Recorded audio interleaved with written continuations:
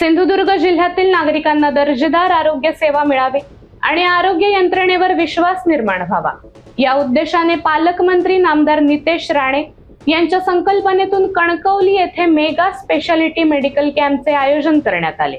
या कॅम्पला नागरिकांचा उत्स्फूर्त प्रतिसाद मिळाला असून 500हून अधिक रुग्णांनी सहभाग घेत विविध आजारांची तपासणी करून घेतली। जिल्हा शल्य चिकित्सक कार्यालय, शासकीय वैद्यकीय महाविद्यालय, जिल्हा आरोग्य अधिकारी सिंधुदुर्ग यांच्या संयुक्त विद्यमाने तसेच मल्टी स्पेशालिटी हॉस्पिटलच्या सहकार्याने उपजिल्हा रुग्णालय कणकवली येथे हा कॅम्प पार पडला। जिल्हाधिकारी तृप्ती धोडमिसे यांनी कॅम्पला भेट देऊन उद्घाटन केले।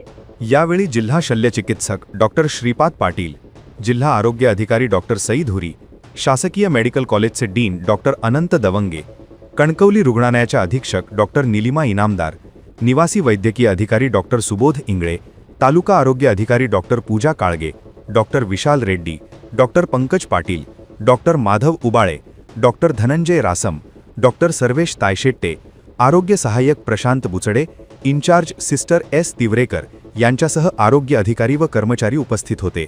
तपासणी शिबिर सुरू आहे, कशा पद्धतीचं नियोजन प्रशासनाने केलं आहे?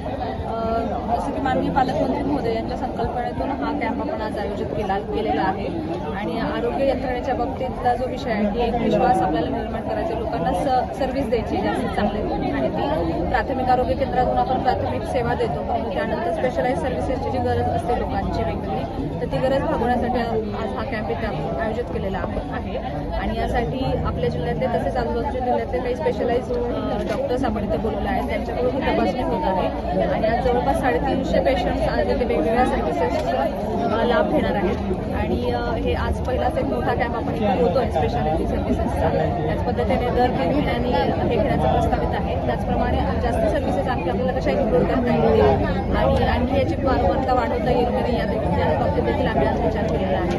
तर लोकांचा प्रतिसाद चांगला आहे, लोकांची प्रतिक्रिया पण चांगली आहे, लोकांना एक चांगली आरोग्य सेवा देण्यासाठी आम्ही सर्वजण कटिबद्ध आहोत आणि अशा पद्धतीचं सहकार्य नागरिकांनी पण आम्हाला करावं। नक्कीच आपल्याकडे आता आयुष्यमान भारत योजना आहे किंवा जन आरोग्य योजना आहे, याच्या अंतर्गत आपण मोफत शस्त्रक्रिया करू शकतो, मोफत उपचार करू शकतो। तर ज्या पद्धतीचं डायग्नोसिस होईल त्या पद्धतीने पुढचे उपचार देखील मोफत केले।